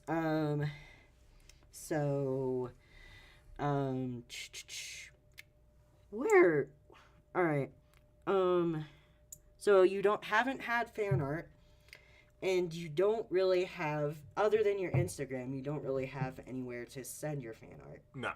Okay. So we're gonna use my email for now for fan art. Since it was, as you can see, it was originally built for fan art. Mm-hmm. So since fan art is a big part of drag, I didn't know this until today, but I do recommend you have like a email for fan art if that's really big in drag, just so that your fans can send you fan art, and so that people don't have to feel uncomfortable with sending a DM, because some people might get a little wigged out trying to be like, a DM, this person might hate me forever. Just like the anxiety Mm-hmm. off of DMs. So, ooh, this, um, and then here's a question that I meant to ask like a gazillion questions ago, Uh-huh. um, but, um, think you'll ever use your real hair for, any drag outfits? Definitely not. Maybe in the past I would when I used to have really long, beautiful hair, but now that it's short, I definitely don't think I will ever use my real hair for a drag look where I'm like performing or being seen in public. Why do you, why did you cut your hair? I just had the long hair for so long, for like 2 years. It was just time for a change, and I'm really glad the short hair looks good. It's popping off, and it just long hair is so much maintenance to take care of and stuff. So, yeah. Are you ever concerned that someone's like once you get more famous, are you concerned that someone's just going to stop ya in the middle of the road and gonna be like, "Oh my God, Miss Pound Cake, that's you. It's truly you." Assuming I ever get that famous, that would be weird, but I like love attention. I mean, I'm sure like if I did, then it would be if I was like very famous in some unlikely scenario, it would get exhausting. But you know, the person I am now, I love attention. I love talking to people. So I would be so shocked if like anyone knew who I was and was just like, "Oh my God, Trilla Pound Cakes." I'd be like, "What's up?" I'd be, yeah. I'd probably be more excited than them, honestly. I'd be like, "Oh my God, someone actually knows who I am." But yeah. But yeah, believe it or not, I've actually been stopped at the side of the road, not for my pastry career, but for my IRL job. People is like, "I've seen you from your IRL job. I've seen you from somewhere." So even though it's not for pastry, I've had some of that famous, quote unquote famous experience. Do you think you would actually like the famous experience, or do you think it would wear on you? I like the idea of it, but I think you know, actually getting into the realistic aspects of like stardom and being famous in this like extremely unlikely scenario, I would probably end up hating it. That's so fair. Mm-hmm. And then not Muffin Chip asks if if they could become a drag sister of yours. Yes, of course. You can be my drag sister. I just can't guarantee I can teach you that well, but I'll teach you what I know, and we'll be the best of sisters. We're in this forever now, so your soul's actually bound by a malevolent like spiritual contract, and like you can't escape now. You're officially my drag sister, so welcome. Yeah. So I know this might depend on like where people live, but how fast do drag families grow? It really does depend on like how many like the size of the city you live in, like how many people are doing drag there, and how many people are interested in starting drag. So I'd say there's no like definitive answer to that question. It's just like unfortunately another it depends question. And wait, did you mention if you guys have to switch outfits in the middle of shows or no? Yeah. So most shows like in between numbers, like people like it if you switch shows, like you have like a step down look is which your first outfit that you wear, then you change it for the next one, and then yeah, it's kind of like common in drag culture to like change outfits in between every single number, which is crazy. So how does one like quickly change like that? You just you just do. I don't know. There's like no like magic secret to it. You just fucking like rush as soon as you get backstage. You like change into that next outfit, or you know put on your nipple pasties or whatever you're gonna throw on for the next act. You want to know something kind of funny? Mm-hmm. People have accidentally forgotten the R in pastry and called me pasty before. That's really funny. But that is hilarious. Not Muffin Chip asks, where could they see one of your shows? Ooh, where can you see my shows? Well, I've performed for Weird Theater in Denver at the God, what was that place called? The Memento Mori Gallery. Um, and other than that, I don't know, just wherever my drag family is performing, and then um, oh my God, I just almost choked on my spit. That was horrible. Oh Um, no. and then I will be hosting my university's drag show. I won't name drop it so I don't dox you, Pastry. You're good. But I will be hosting the drag show for my university, and it's going to be amazing, and we're going to turn it out. And better be there. Better come see Trilla Pound Cakes, because it's going to be amazing. When is that? April 5th, 7 p.m. What day is that? A Saturday. Okay. Mm-hmm. Might have to take off work for that. Oh, yeah. Anyways, so, which I want to get back into, like, questions about, like, oh, wait, have you ever worked a drag brunch? No, Trilla Pound Cakes and my other drag family members, we are not family-friendly drag queens. We do not do drag. I could definitely tone Trilla Pound Cakes down to be family-friendly for a brunch show, but we typically don't do drag brunch shows. Okay, so brunch is more family-friendly shows. Yes. I kind of like the idea of the drag brunch just because like I would like to be doing something while watching something. Yeah. So if I could eat and watch a show at the same time, that'd be great. Yeah. That's just my personal that's just my personal preference. What kind of performances will you do in April? Ooh, so it's gonna be mostly the students performing. I mean, I am a student, but I'm gonna be emceeing the event, hosting it. I'm so excited to do that. And at the end, depending on how many people perform for it, and how I feel, I might do a lip sync. I might do a naughty little lip sync, maybe to Super Bass by Nicki Minaj, or maybe Coconuts by Kim Petras. You never know. I can't spoil everything, but you gotta show up to see. You gotta be there. And then what else? Oh, is there like major differences, like personality differences between like your more mature drag show? Like I was gonna say cast, but that's definitely not it. Any difference, like any difference in personality between, in general, with how people act with the, drag queens that do more mature shows versus the brunch shows?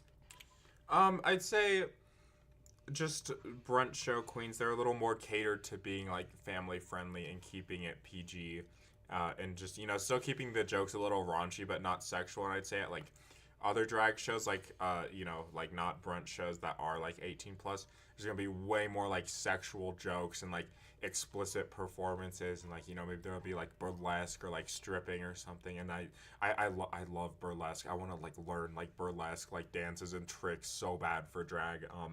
But yeah, I'd say so. Just more lighthearted. The, like, you know, daytime brunch girls, they're usually more lighthearted, just from my experience. Yeah, I think, honestly, from what you're saying, I think I'm gonna like the brunch shows better. Mm-hmm. I don't like things to be, like, too inappropriate, Mm-hmm. even in real life. Yeah, everyone course, has their preferences. Of course, I'm a little bit, like, not necessarily, like, dirtier, but I tend to be, like, more casual in real life versus on this show. Mm-hmm. But yeah, I'm with how you're saying that you're like a more mature drag show host. I'm kind of surprised that you're able to do. Wait, hold on. Shoot, I lost my train of thought. What was I talking about? I don't remember.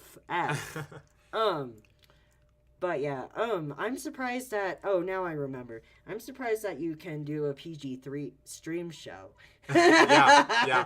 No, I was thinking that before coming on, like, oh man, there's a lot of like details I gotta leave out because gotta keep it PG for the kids and whatnot. So yeah. So for this show, I like to say PG with mild swearing, even though the swearing would technically rank it up to PG-13. But I prefer to just say PG with mild swearing for this show. But let's see. So for the 18 plus, it would be more suggestive dancing.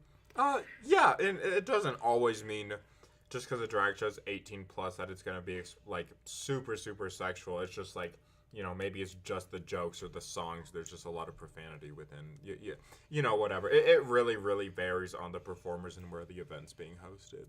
And would you say like there's specific drag queens that do more improv, or versus the ones that do more like scripted stuff? Yeah, it really just depends on like your aesthetic. Like if you're like a really campy comedy queen, your stuff's probably gonna be more scripted and thought out and just like rehearsed and like look a lot more staged.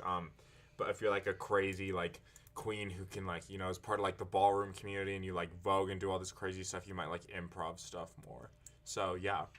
And then thank you, Mikey. Mikey is have watched my channel, and I've hopped on his friends' channels. And then so he is saying only 29 more subs till 700. Woot woot, rebellious pastry channel. And yeah, so since we're getting close to the end, we have 15 more minutes of the show, but I wish so since I'm not in like the obviously not in the drag culture. Why am I wanting to say culture? I mean, it could be like considered a culture, yeah. Since I'm not like really in the drag hobby and culture, I normally ask this earlier on in this stream, but since we've been doing so well with coming up with questions and answering questions very accurately, I'm waiting until now to ask this. But if you were in my shoes asking a drag queen questions about her hobby, what questions would you ask her? And can you answer those for me? Wait, so like if I was a non-drag queen? If you were a hobby interviewer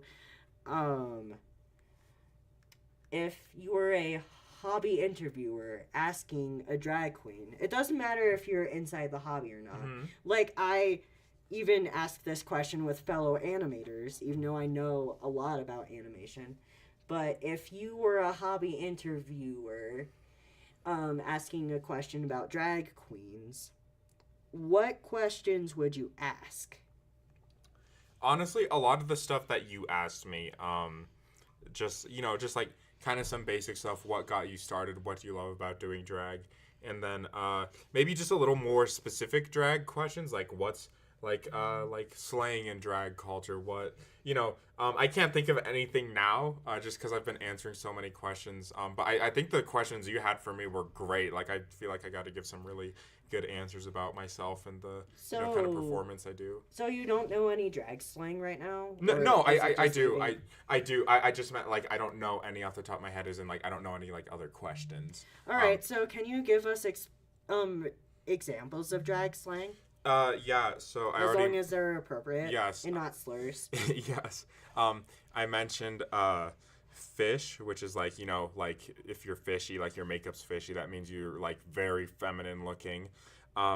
There is busted, which means, your makeup looks bad or your outfit looks bad. What else is there? There's reading. That's like when it's like roasting your friends, but like you're reading them down or you're reading them for filth. What's some other thing? Some of it is just like, it depends on like where you're from and like what kind of slang is used. Honey, a lot of people, whenever I'm in drag, I'm a like criminal offender of like using the word honey. I call like everyone honey. It's funny. That rhymed. That's fucking stupid. But I'm trying to think of some other. I don't know, because when I'm in drag, I don't really use that much of like the slang. I just talk in my normal man voice because I think it's really funny to just be like dressed as a woman and then use like my deeper man voice. Like I make it deeper than I usually do. So that's so funny. And then let's see. So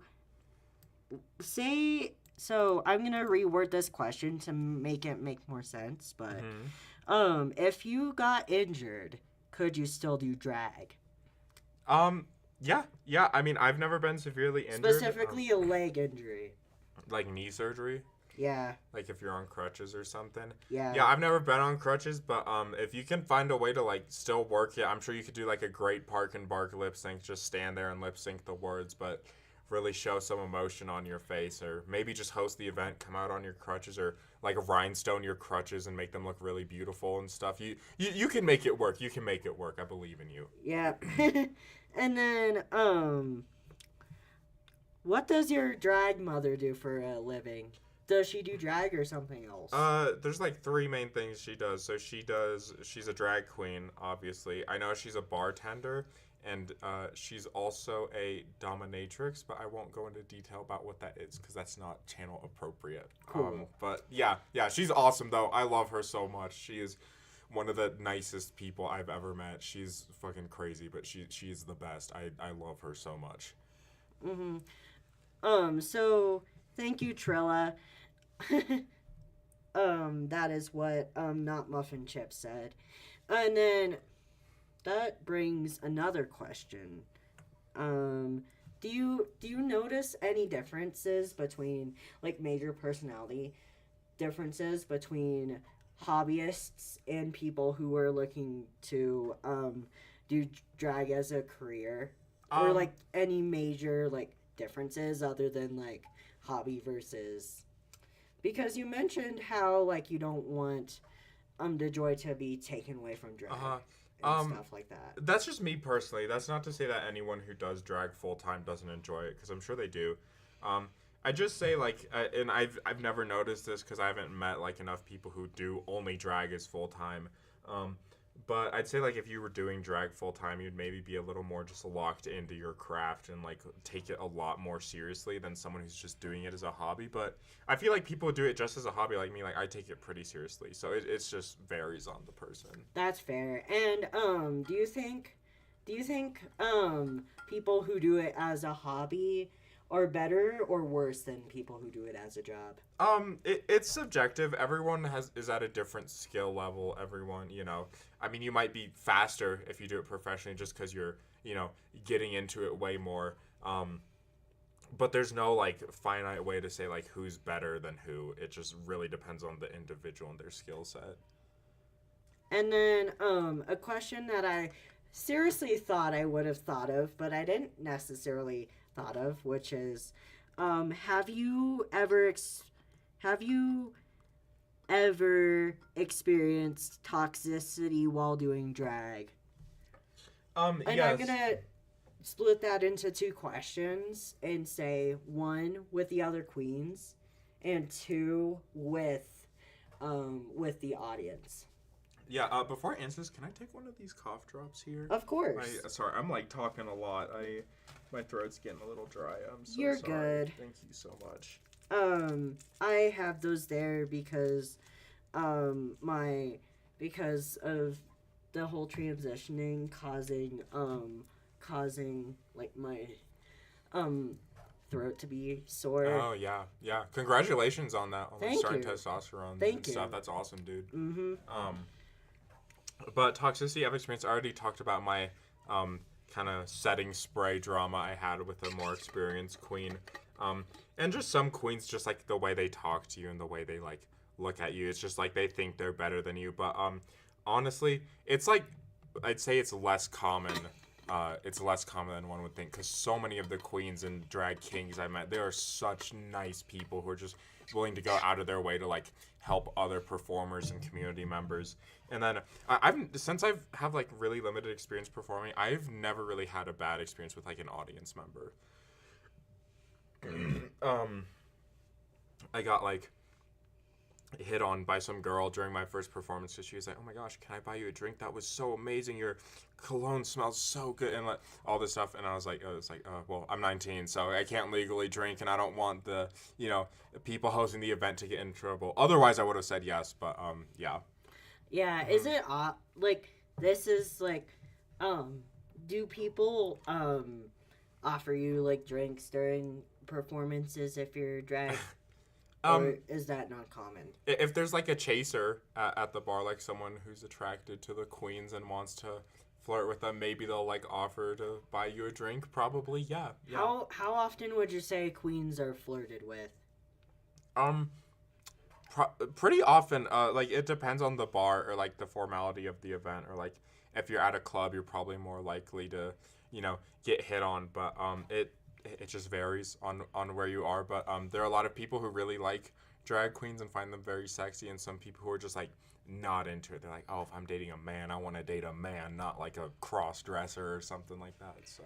And we, just so you know, not Muffin Chip, we already addressed the whole surgery thing during the whole, like, what happens if someone gets injured and still wants to do drag. Like, what Miss Poundcake said.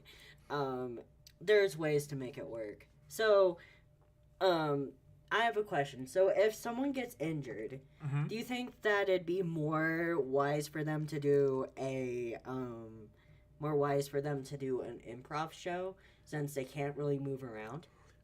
Maybe. My biggest advice would just be, if you're injured, especially knee surgery, you do not need to be wearing heels. Not that you need to wear heels for drag, but stay home and rest. Like, if you're really committed to drag, you want to do it, definitely do it. Like, don't let your injury stop you. But if you're, like, freshly wounded, like, just prioritize yourself in, like, healing and stuff. But if you are, like, injured or disabled, don't let that stop you. If drag is your true calling, go out there and be the amazing, beautiful beast that you want to be. And I just know this from previously being a girl, but heels aren't the only girl's dress shoe you have. You're good. I just spit out the cough drop on my eyes. I don't know how that happened. You my goof. Bad. Anyways, so where was I going with that? I forgot what I was saying. Anyways, so do you do more improv? I forgot if I already asked you. I make my stuff more scripted. I had to improv when my wig fell off, just because that's kind of a skill you need as a drag queen. And like when I start hosting events more, because that's what I really want to do. I want to like host, because I think that's fun. I'd say you like improv a lot of your lines as you're hosting. Definitely don't want to sound like you're like reading off of like flashcards or anything. So I'm bad about that with scripts. Funny how I mentioned that, being a storytime animator and stuff like that. But I honestly, personally do better with improv than scripts. So I sometimes ad-lib, like add things to my script when I'm saying things out loud. And anyways, so I'm gonna go into the closing announcements time, where we basically talk about, like, where you talk about any like things that you have coming up. Like, normally I have more YouTubey type people on here, so like this gives time for them to talk about like what they have planned for their channel within the next week or so. Just like, what are your, so like do you have any like things that you're planning on doing soon with drag that you want an online audience to know about? Just the drag show at my university, April 5th. It's gonna be amazing. People better show up, because you're missing out if you don't. But you better post stuff on your Instagram. Oh, I will. We're gonna make a bunch of ads for it and stuff. It's gonna be fun. It's gonna be so great. Yeah. That's so fun. And then, is there anything else? Any other announcements you wish to mention? Not really. No, that's the only like upcoming event that I have for drag. Because other than that, I'm just doing schoolwork and being boring. So that's so fair. Anyways, so my closing announcements is, I'm currently working on a new end card for a video that I did before the year ended. Wanting to do a new end card because my voice have changed since that last end card. Just so you know, we're ending this show, but I'll let you answer this last question, which is, this is the last question of the show, but is dating life hard as a drag queen? For me, yes, because I'm bisexual and I'm mostly attracted to women, so it's kind of hard to find a woman who's like kind of attracted to a guy who's more like feminine or willing to do feminine stuff like that. But I will say I do get a lot of attention from like old men online in my DMs. So yeah, is dating life as a drag queen hard for me? Yes, but my dating life is hard. Outside of drag, also, it's just hard, very hard. Mm-hmm. Oh my god. Anyways, that's it for the questions. So my closing announcements are I'm gonna work on an end card for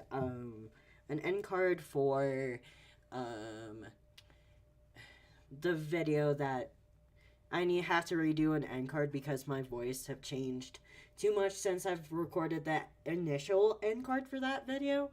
And then next up is going to be me working on a more serious video by the name of The Story of My Condition, which is going to be me going into like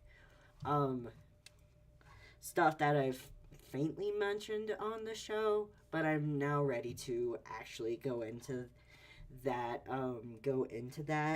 stuff.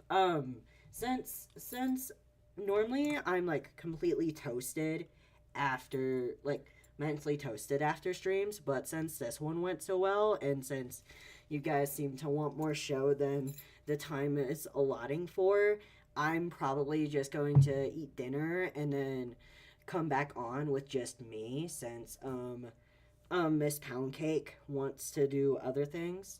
And I told her that it's pretty much just gonna be this show for them. But we can definitely work out more like random work streams with Miss Poundcake if we want to. Lovely. So, but that's just based off of like sooner knowing bases. But yeah. Anyways, do you have an outro? Not really. Thank you so much for having me. This was a lot of fun. You're a great host. Of course. Just thank you. I had so much fun. Oh, I have one more question that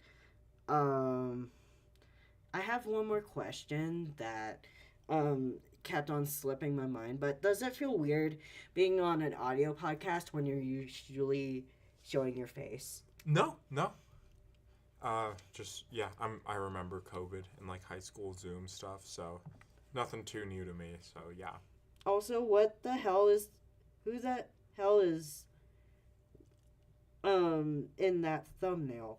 That it is my friend, or if it's the messed up thumbnail of my channel wallpaper, then that's me. But yeah, anyways, I'm gonna say my outro and then I'll hop on a show in about an hour to like work on audio and stuff after I eat. I'm gonna schedule it, then I'm gonna go eat, then I'm gonna come back and work on audio. Lovely. Since these people want more show than the time is allotted. And yeah. Anyways, I platonically love you, my donut batch, and see you in the future to come. Bye! Bye.